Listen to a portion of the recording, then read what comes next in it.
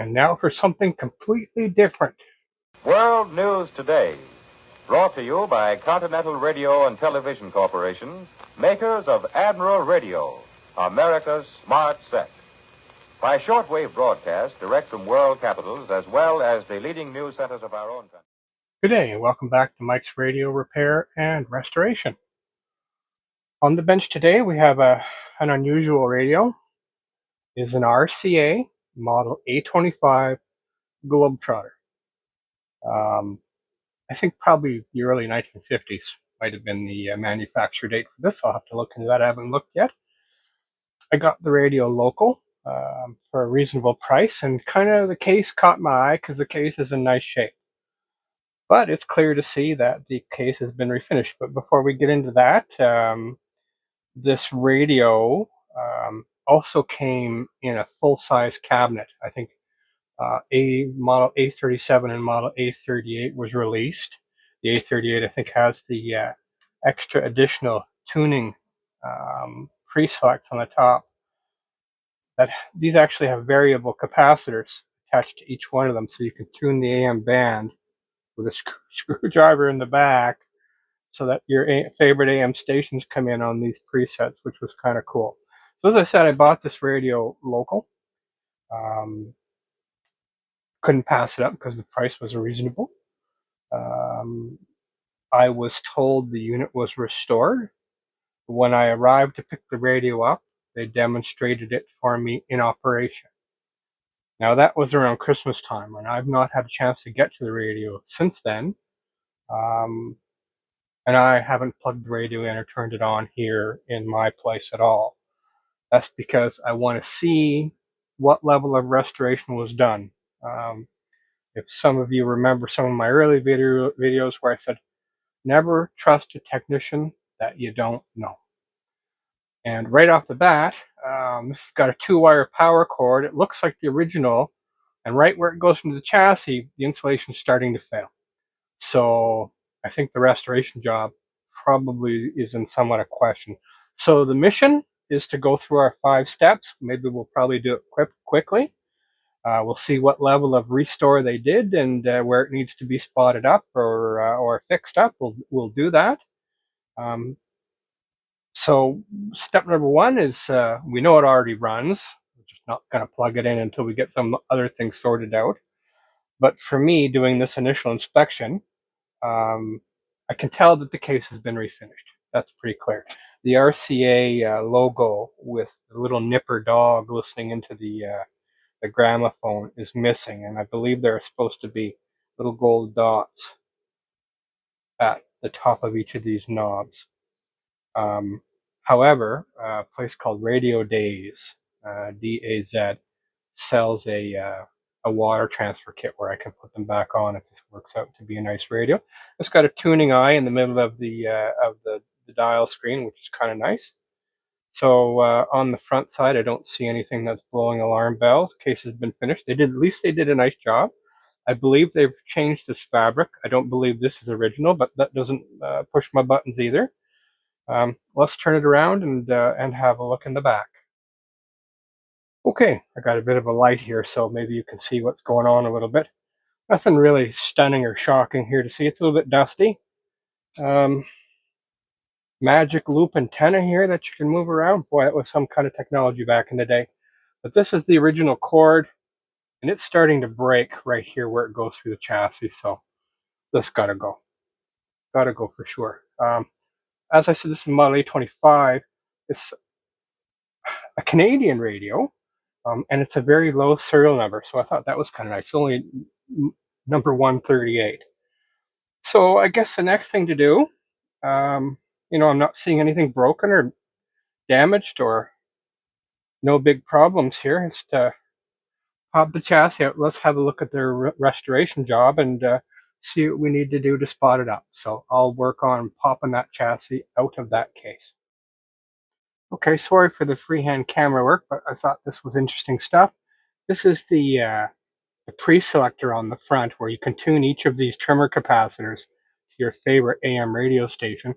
And what I thought was nice here that RCA did is that, like, this is the antenna here that unplugs.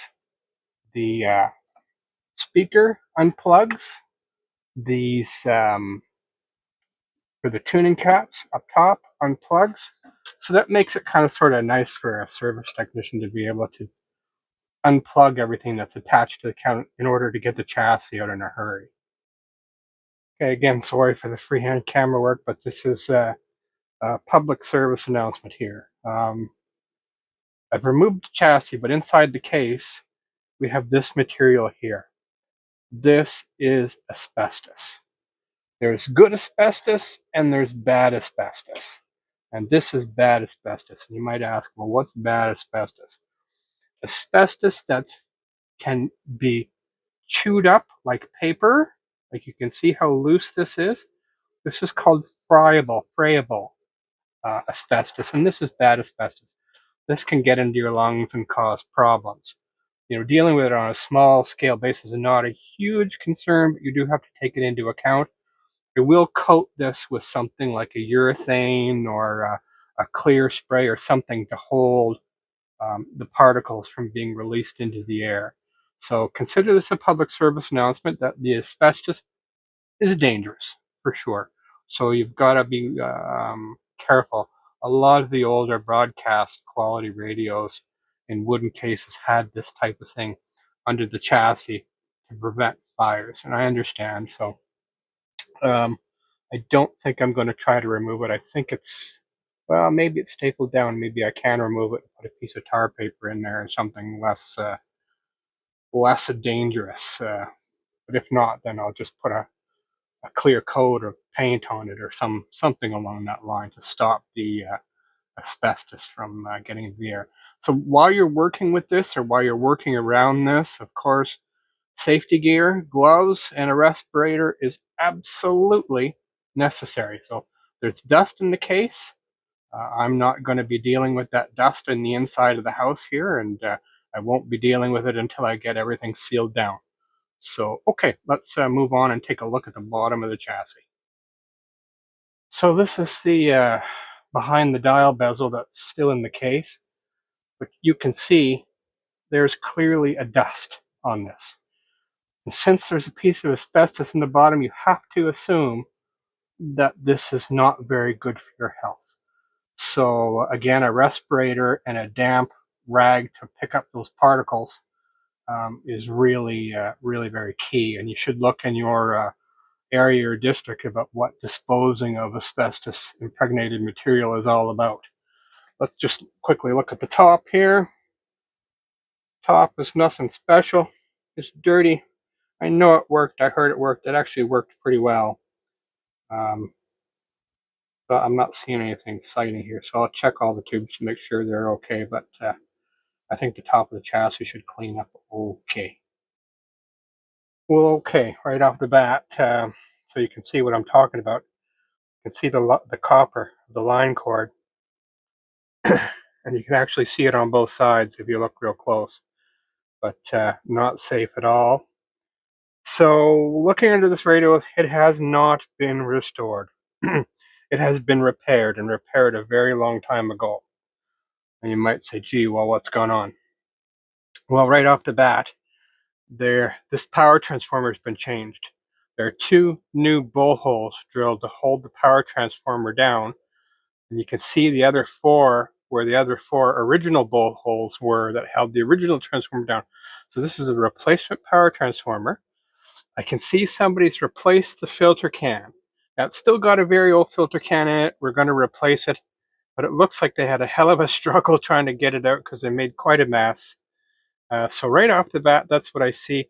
Secondly, we're full of old-fashioned caps here that have got to go. So this is from a ground up.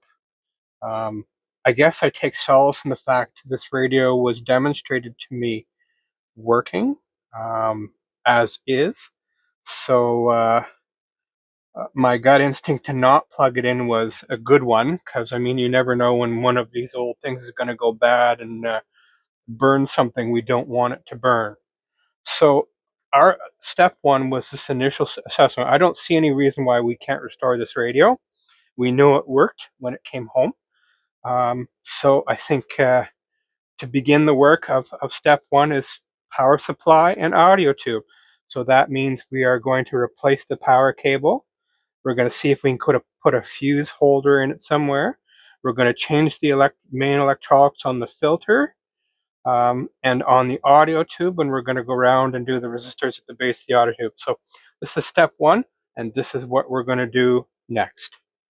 But I'm not seeing anything that's blowing alarm bells at me, other than some of these old components and whatnot. It looks quite doable.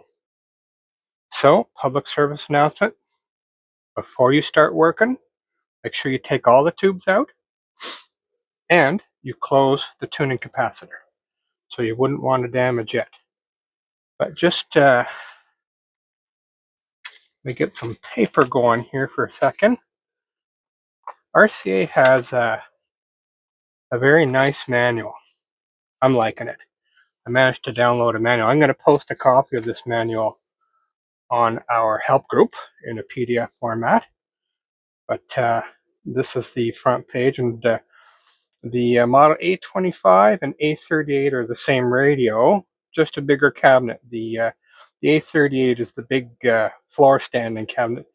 Same radio, just a bigger speaker for that pounding disco bass they used to listen to back in the early 50s. But I mean, apart from having a nice clean schematic, we'll just look at that quickly. I mean, it's good and clean for me. Helicrafters, when they have a component location chart, usually take a photo of the underside of the chassis, and of course it doesn't reproduce well. So if you've got a photocopy of the original copy, you can never really see clearly where their parts are all marked for fast ID.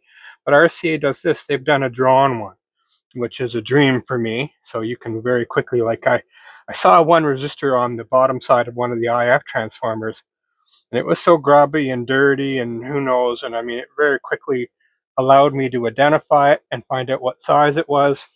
It just makes the job go faster rather than have to figure it out. Okay, so I'll stop whining now, and oh, actually, I'll just point something else out here now while we're looking.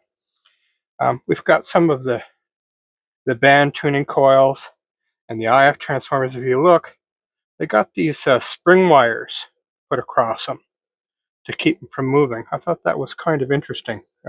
Something typical for RCA anyways. But okay, so we'll go ahead with our step one now. Okay, time for an update on the workflow. So far we've got a new 3-wire cord with a ground and our fuse holder. And we have our ground bonded to the chassis here very nicely with a soldered connector, heat shrunk. So that is a good solid ground. So the wiring scheme is very simple. The hot wire goes to the fuse block first. It comes back here to the this terminal here, and then it goes directly to the switch. So hot always goes to the fuse, then to the switch. So that's how we've wired this. So I've changed some resistors and capacitors already underneath all of this wires, just because I didn't want to have to try to fish for it. Once I install all this new wire, I thought, well, while I cut the old one out, I can see that stuff at the bottom clearly. So I went ahead and did that.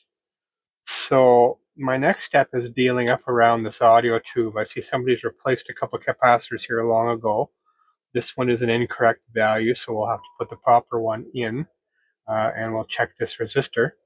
The capacitor that's up here is a 3-way. It's a 3 GAN capacitor. There's 2 10s and a 20. The 20 is expressly for the audio tube, so I'm going to install a separate smaller 20 right at the tube, taking this down to 2. So I'll probably take that can off and maybe put a terminal block on the surface with a couple of caps on it to take up the rest. But there's not a lot more work that really got to be done other than we're going to go through the audio tube, and then once we get into the resistor capacitor stages, we're going to get rid of all the other questionable looking capacitors There's one over here that's questionable looking. What have we got? We've got maybe 5. There's one here in the tone control circuit that's looking really old. So our stage 1, step 1 is dealing with the power supply and the audio tube, so we're still on that step. I haven't done all the electronics yet. I did do one. There was an extra one here that you can't see under that plug. It's a 22 microfarad, and it helps clean up the B plus to the oscillator tube a little bit more. So we'll come back. We'll get a little bit more done. Great news! We've reached a milestone with YouTube that allows our subscribers to offer us a great big thanks in the way of a tip.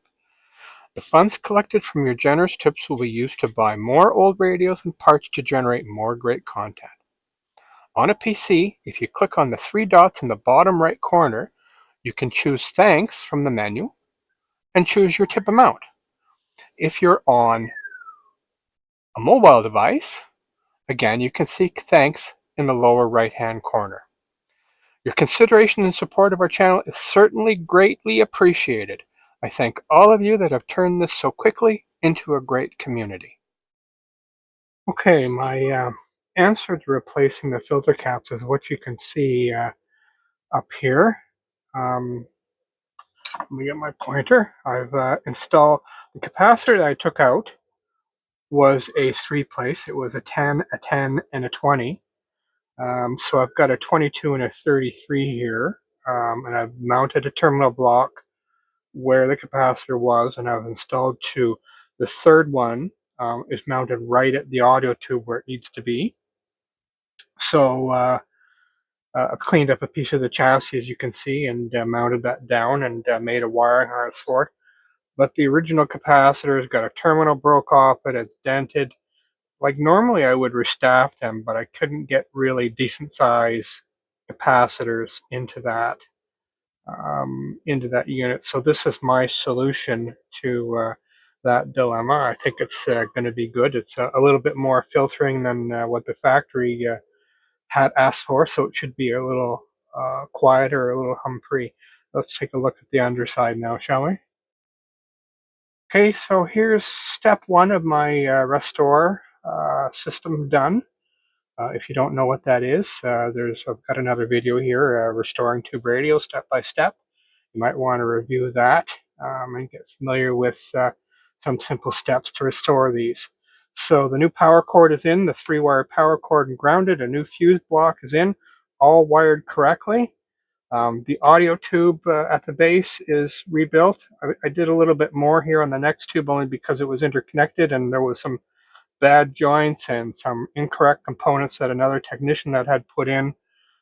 It was kind of sort of a sad, sorry state. But everything you see here now is been checked and is good to go. Now, we mentioned that the original capacitor was a 3 gang cap with a 10, a 10, and a 20. So the other 20 I mounted here. It's for the audio tube. It's a low voltage, it's small, so there's no point in mounting it up on the chassis when I could tag it in right here very comfortably. So that only left the 2 capacitors that went on the top. So to bring all the connections together for those capacitors, I put another terminal block into the bottom, brought some of them together here and more together down there. So it's shaping up pretty good. Insofar as the next steps is capacitors, resistors. I think there's really only 1 or 2 capacitors left to look at, although probably look at a little bit more, and I go through a few more resistors. So I think we're good for this step. I think we're good for this video now. So I think we'll close it up here, and we'll say thanks for tuning in. If you can like and subscribe, that would be great if you're enjoying the content. So until the next one, we'll see you again.